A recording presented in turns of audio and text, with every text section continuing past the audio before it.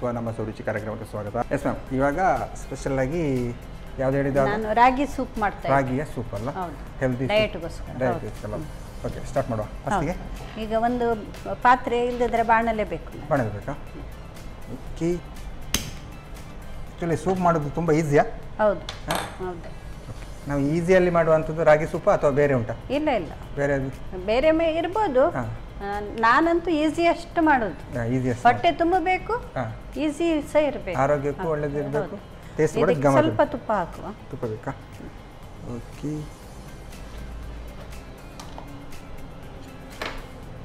ತುಪ್ಪ ಅಂತ ಬಂದಾಗ ಕೇಸಿಯವರ ಶುದ್ಧ ಹಸಿರು ತುಪ್ಪ ಸಾಕು ಸಾಕು ಸಾಕಾಗುತ್ತಾ?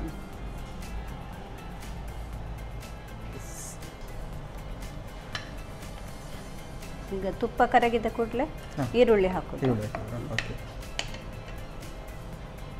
ಆ್ಯಕ್ಚುಲಿ ಸೂಪಿಗೆಲ್ಲ ಸ್ವಲ್ಪ ಈರುಳ್ಳಿ ಎಲ್ಲ ಹಸಿ ಇರುತ್ತೆ ಅಂತಲ್ಲ, ಅದು ಇದು ಮೇಲ್ಗಡೆಯಿಂದ ಹಾಕೋದಾ? ಹೌದು, ಅದು ಮೇಲೆ ಹಾಕೋದು. ಇದು ಫ್ಲೇವರ್ಗೋಸ್ಕರ ಒಗ್ಗರಣೆಯೇ ಹಾಕೋದು, ಒಗ್ಗರಣೆ ಟೈಪ್ ಅಲ್ಲ. ಓಕೆ. ಆಮೇಲೆ ಮೇಲೆ ಹಾಕೋದ್ರ ಬದಲು ಇದರಲ್ಲೇ ಕುದಿಸೋದು. ಅಂದರೆ ಅಷ್ಟು ನೀರಾಗುತ್ತಾ? ಈಗ ನಾರ್ಮಲ್ ರಾಗಿ ನಿಮಗೆ ಹೇಗೆ ಬೇಕು ಹಾಗೆ. ಅಂದರೆ ಈಗ ನೀವು ಬೇರೆ ಅನ್ನ ಏನು ತಗೊಳ್ಳುತ್ತಿಲ್ಲ, ಆವಾಗ ಇದನ್ನು ಸ್ವಲ್ಪ ದಪ್ಪ ಮಾಡಿಕೊಂಡು ಹಾಗೆ ಕುಡಿಬೋದು, ತಿನ್ಬೋದು ಆವಾಗ. ಹೌದು, ಅಂದ್ರೆ ನಿಮಗೆ ಲಂಚ್ ಕಮ್ ಸೂಪ್ ಹಾಗೆ ಎರಡು ಸಾಕು. ಹಾಗೆ ಹೊಟ್ಟೆ ತುಂಬುತ್ತದೆ. ಇಲ್ಲದ್ರೆ ಯಾವಾಗಲೂ ಸೂಪ್ ಹೇಗೆ ನಾವು ಅಪೆಟೈಸರ್ ಟೈಪ್ ಸ್ವಲ್ಪ ತಗೊಂಡು ಆಮೇಲೆ ಊಟ ಮಾಡ್ತೇವೆ ಒಂದು 15-20 ನಿಮಿಷ ಬಿಟ್ಟು. ನಿಮ್ಗೆ ಅದು ಎರಡರ 2 in 1 ಆಗ್ತದೆ ಅವಾಗ, ಒಂದೇ ಮಾಡಿದ್ರೆ ಸ್ವಲ್ಪ ದಪ್ಪ ಮಾಡಿದ್ರೆ. ಇಲ್ಲ ನೀವು ತೆಳು ಮಾಡಿದ್ರೆ ಆವಾಗ ಈಗ ಮಳೆಗಾಲದಲ್ಲಿ ಚಳಿಗಾಲದಲ್ಲಿ ಸ್ವಲ್ಪ ಆವಾಗ ಸ್ವಲ್ಪ ಬಿಸಿ ಬಿಸಿ ಕುಡಿಯುವ ಅಂತ ಏನಾದರೂ ಫೀಲ್ ಆದರೆ ಆವಾಗ ನೀವು ಸ್ವಲ್ಪ ತೆಳು ಮಾಡಿಕೊಂಡು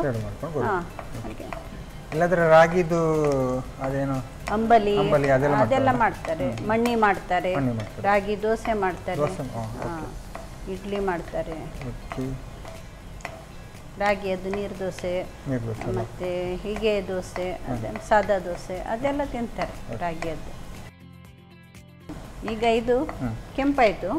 ಇದು ಕೆಂಪಾಗ್ತಾ ಬರುವಾಗ ನಾವು ಈರುಳ್ಳಿ ಮತ್ತು ಇದು ಬೆಳ್ಳುಳ್ಳಿಯನ್ನು ಈರುಳ್ಳಿಯಲ್ಲಿ ಶುಂಠಿ ಮತ್ತು ಬೆಳ್ಳುಳ್ಳಿಯನ್ನು ಚೂರು ಮಾಡಿ ಹಾಕುದು, ಪೇಸ್ಟ್ ಮಾಡಿ ಅಲ್ಲ, ಚೂರು ಮಾಡಿ ಹಾಕುದು.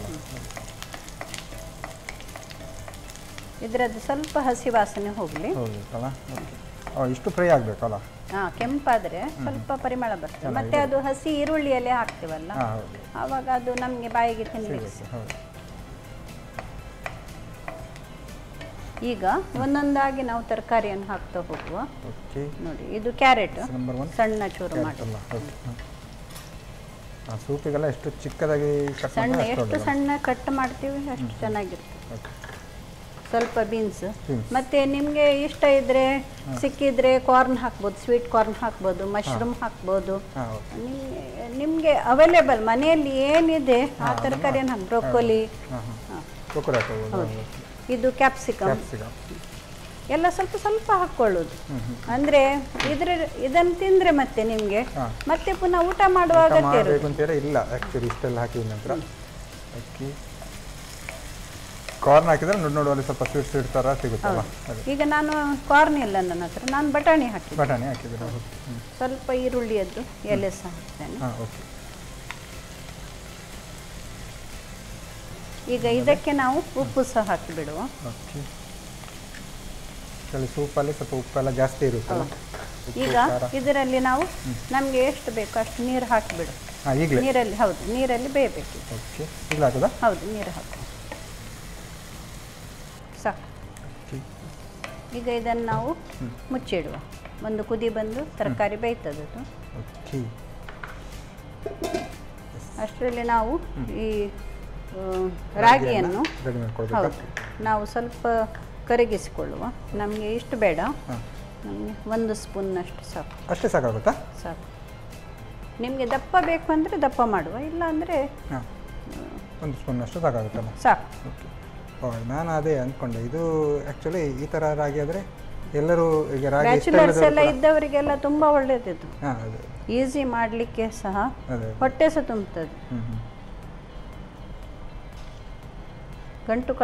ಇದು ಆಗದ ಹಾಗೆ ಕಟ್ಟದ ಹಾಗೆ ನಾವು ಇದನ್ನು ಕರಗಿಸ್ಕೊಳ್ತೇವೆ. ನಾನು ಅಂದ್ಕೊಂಡೆ ನೀವು ಅದೇ ಹೇಳಿದಲ್ಲ, ಸಾಧಾರಣ ರಾಗಿ ಜಾಸ್ತಿ ಇರುತ್ತೆ, ಇಲ್ಲ ರಾಗಿ ತುಂಬ ಇರುತ್ತೆ ಅಂತ. ಅದು 2 ಟೈಪ್ ಸಹ ಮಾಡಲಿಕ್ಕಾಗ್ತದೆ. ಈಗ ನೋಡುವ ನಾವು ಬೆಂದಿದೆ, ಒಂದು ಕುದಿ ಬರಲಿ ಅದು. ಕುದಿ ಬರಲ್ಲ ಹಾಗೆ ಮತ್ತೆ ನಿಮಗೆ ತುಂಬ ತೆಳುವಾಗಿದೆ ಅಂತ ಎಣಿಸಿದ್ರೆ ರಾಗಿ ಪೌಡರ್ ಹೇಗಿದ್ರೂ ಇರ್ತದೆ, ಸ್ವಲ್ಪ ಮಿಕ್ಸ್ ಮಾಡಿಕೊಂಡು ಹಾಕಿದ್ರೆ ಆಯ್ತು. ಕುದಿ ಬರಿಸ್ಕೊಳ್ಳೋದು. ಈಗ ಇದು ನಮ್ದು ರಾಗಿ ನಾವು ಕರಗಿಸಿಟ್ಟದ್ದು, ಇದನ್ನು ನಾವು ಅದಕ್ಕೆ ಹಾಕಬೇಕು. ಮಾಡ್ಕೊಳ್ಬೇಕಲ್ಲ, ಇದು ಹಾಕುವಾಗ ಮಾತ್ರ ನಾವು ಸ್ವಲ್ಪ ಅಂದರೆ ಮುದ್ದೆ ಆಗದ ಹಾಗೆ. ರಾಗಿ ಬೇಗ ಮುದ್ದೆ ಆಗ್ತದಲ್ಲ ಇದಾದ್ರೆ. ನೋಡಿ ನೀವು ಅಷ್ಟೇ ಸ್ವಲ್ಪ ಹಾಕಿದ್ದು ನೋಡಿ, ಅಷ್ಟು ದಪ್ಪ ಆಯ್ತಲ್ಲ. ಹೌದು, ಬೇಕಾದರೆ ನೀವು ತೆಳು ಮಾಡ್ಕೊಳ್ಬೋದು, ಬೇಡ ಅಂದರೆ ಹೀಗೆ ನೀವು ದಪ್ಪ ತಿನ್ಬೋದು. ಬೇಕಂದರೆ ಆವಾಗ ಸಹ ನಾವು ನೀರು ಹಾಕಲಿಕ್ಕೆ ಆಗ್ತದೆ, ಏನು ತೊಂದರೆ ಇಲ್ಲ.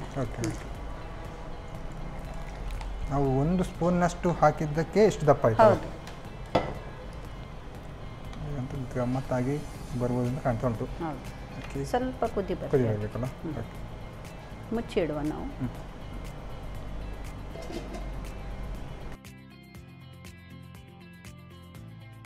ನೋಡಿ ಈಗ ಕುದಿ ಬಂದಿದೆ. ಕುದಿ ಬಂದಿದೆಲ್ಲ. ಹೌದು, ಆಲ್ಮೋಸ್ಟ್ ರೆಡಿ ಅಂತ ಹೇಳ್ಬೋದು. ಹೌದು, ರೆಡಿ ಆಗಿದೆ. ಆಫ್ ಮಾಡೋದಾ? ಹೌದು. ಈಗ ಪೆಪ್ಪರ್ ಪೌಡರ್ ಅದಕ್ಕೆ ಹಾಕಿ ಬಿಡುವ ನಾವು. ಮೇಲ್ಗಡೆ. ಹೌದು, ವಾಪಸ್ ಸರ್ವ್ ಮಾಡುವಾಗ ಹಾಕಬೇಕು ಅಂತ ಇಲ್ಲಲ್ಲ? ಇಲ್ಲ.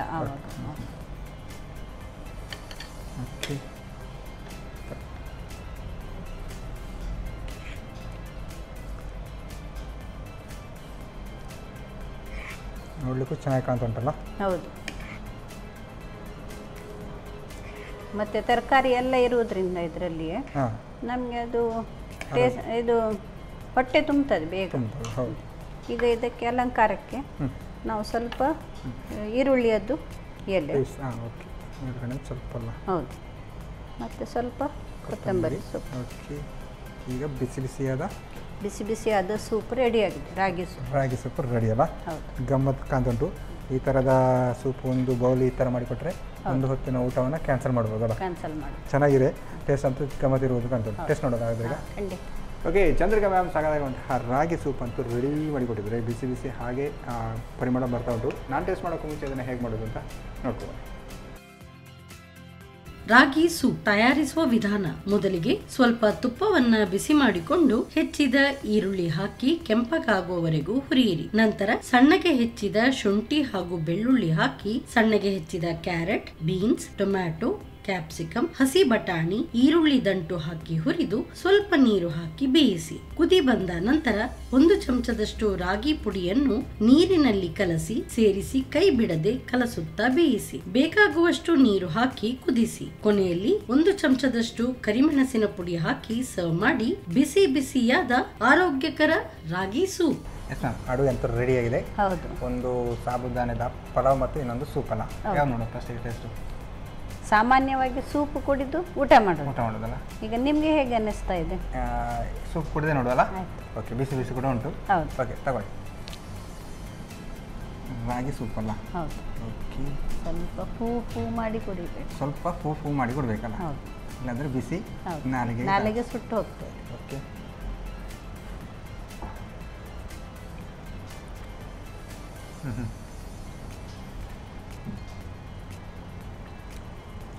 ಗಮ್ಮತ್ತಲ್ಲ. ಆ್ಯಕ್ಚುಲಿ ನೀವು ಸ್ವಲ್ಪ ಹೂ ಮಾಡಿ ತಿನ್ನಿ ಅಂತ ಹೇಳೋದಕ್ಕೆ ನಾನು ಸ್ವಲ್ಪ ತಗೊಂಡಿದ್ದು. ಆ್ಯಕ್ಚುಲಿ ಇದು ಒಂದು ಬೌಲನ್ನೇ ಒಬ್ಬರೇ ಕುಡಿಬೋದಲ್ಲ, ಅಷ್ಟು ಚೆನ್ನಾಗಿ ಬಂದಿದೆ ಅಲ್ಲ? ಗಮನವಾಗಿದೆ. ಮಾಮೂಲಾಗಿ ರಾಗಿ ಅಂತ ನಾವು ಈ ಸ್ವಲ್ಪ ಹಾಕಿದ ಕಾರಣ ಅಷ್ಟು ಏನು ಗೊತ್ತಾಗಲ್ಲ. ಹೇಗೆ ನಾವು ಹೋಟೆಲಲ್ಲೆಲ್ಲ ಸೂಪ್ ಕುಡಿತೇವೆ ಅದೇ ಟೇಸ್ಟ್ ಬಂದಿದೆ. ಸ್ವೀಟ್ ಕಾರ್ನ್ ಸೂಪ್ ಎಲ್ಲ ಕುಡಿತಾರಲ್ಲ ಹಾಗೆಯೇ ಬರ್ತದೆ. ಓಕೆ, ಒಂದಂತೂ ರೆಡಿ. ಈಗ ಇನ್ನೊಂದು ತಗೊಳ್ಳೋಣ. ಹೌದು,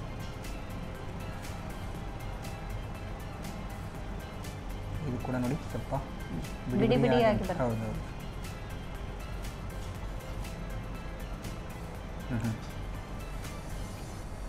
ಇದು ಸೂಪರ್ ಉಂಟು.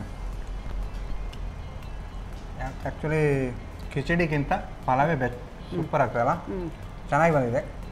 ಈ ಬೆಳಿಗ್ಗೆ ಹೊತ್ತಲ್ಲಿ ಈ ಥರದ್ದು ನಾವು ಸಾಬುದಾನದ ಪಲಾವ್ ತಿಂದರೆ ಗಮ್ಮತ್ ಆಗ್ಬೋದು, ಕಿಚಡಿಗಿಂತ ಹೊಟ್ಟೆ ಸಹ ತಂಪಾಗಿರ್ತದೆ. ಹೌದು, ಟೇಸ್ಟ್ ಕೂಡ ಮಸಾಲೆ ಎಲ್ಲ ಕರೆಕ್ಟಾಗಿ ಬಂದಿದೆ. ಜೊತೆಗೆ ಆ ಬಟಾಣಿ ಒಂದೊಂದು ನೋಡುವಲ್ಲಿ ಸಿಗುವಾಗ ಇನ್ನೂ ಟೇಸ್ಟ್ ಇರುತ್ತೆ. ಎರಡು ಡಿಶ್ ಕೂಡ ಚೆನ್ನಾಗಿ ಬಂದಿದೆ. ಮತ್ತೆ ಅದು ಮಸಾಲೆಯಲ್ಲಿ ತರಕಾರಿ ಬ್ಲೆಂಡ್ ಆಗಿರೋದ್ರಿಂದ ತರಕಾರಿ ತಿನ್ನದವರಿಗೆ ಇದು ತರಕಾರಿ ಹೊಟ್ಟೆಗೆ ಹೋಗ್ತದೆ. ಅಲ್ಲ, ಇದು ತರಕಾರಿ ತಿನ್ನೋದವ್ರಿಗಿಂತಲ್ಲ ಎಲ್ಲರಿಗೂ ಕೂಡ ಇಷ್ಟ ಆಗ್ಬೋದು. ಹೌದು, ಚೆನ್ನಾಗಿದೆ. ನಾರ್ಮಲ್ ನಾವು ಈಗ ಪಲಾವ್ ಅಂತ ಹೇಳಿದಾಗ ರೈಸ್ ಇದ್ದೇ ತಿಂತೇವೆ, ಈ ತರ ಮಾಡಿ ತಿಂದರೆ ಒಂದು ಸ್ಪೆಷಲ್ ಟೇಸ್ಟ್ ನೋಡ್ಬೋದಲ್ಲ. ಚೇಂಜ್ ಆಗಿದೆ. ಚೆನ್ನಾಗಿತ್ತು. ಎರಡು ಡಿಶ್ ಕೂಡ ಚೆನ್ನಾಗಿ ಬಂದಿದೆ. ಹೇಗೆ ಅನಿಸ್ತು ನಿಮಗೆ? ನನಗೆ ಖುಷಿ ಆಯ್ತು. ನಿಮಗೆ ಖುಷಿ ಆಯಿತು. ನೀವಂತೂ ಯಾವಾಗಲೂ ರಪ್ಪಾಗಿ ಈ ಥರದ ಸ್ಪೆಷಲ್ ಡಿಶ್ ಎಲ್ಲ ಮಾಡೋದ್ರಲ್ಲಿ ಎಕ್ಸ್ಪರ್ಟು.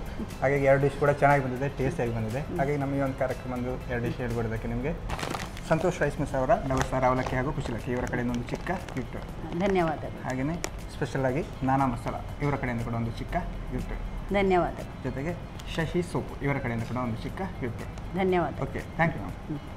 ಓಕೆ, ಚಂದ್ರಿಕಾ ಮ್ಯಾಮ್ ಸಾಕಾಗಿರುವಂತಹ ರಾಗಿ ಸೂಪ್ ಮತ್ತು ಸ್ಪೆಷಲ್ ಆಗಿ ಸಾಬುದಾನ ಪಲಾವ್ ಎರಡು ಕೂಡ ಚೆನ್ನಾಗಿ ಮಾಡಿದರೆ, ಟೇಸ್ಟಿಯಾಗಿ ಮಾಡಿದರೆ ನೀವು ಕೂಡ ಮನೆಯಲ್ಲಿ ಟ್ರೈ ಮಾಡಿ ಅಂತ ಹೇಳ್ತಾ ಇವತ್ತಿನ ಸಂಚಿಕೆ ಎಲ್ಲಿಗೆ ನಿಲ್ಲಿಸ್ತಾ ಇದ್ದೇವೆ. ನಮಸ್ಕಾರ. ನಮ್ಮ ಟಿವಿ ಫೇಸ್ಬುಕ್ ಪೇಜ್ ನ ಲೈಕ್ ಮಾಡಿ, ಯೂಟ್ಯೂಬ್ ಚಾನೆಲ್ ನ ಸಬ್ಸ್ಕ್ರೈಬ್ ಮಾಡಿ, ನಮ್ಮ ಎಲ್ಲಾ ಯೂಟ್ಯೂಬ್ ವಿಡಿಯೋ ಅಪ್ಡೇಟ್ಸ್ಗೆ ಬೆಲ್ ಐಕಾನ್ ಕ್ಲಿಕ್ ಮಾಡಿ. ನಮ್ಮ ಟಿವಿ, ಕರಾವಳಿ ಕರ್ನಾಟಕದ ನಾಡಿಮಿಡಿತ.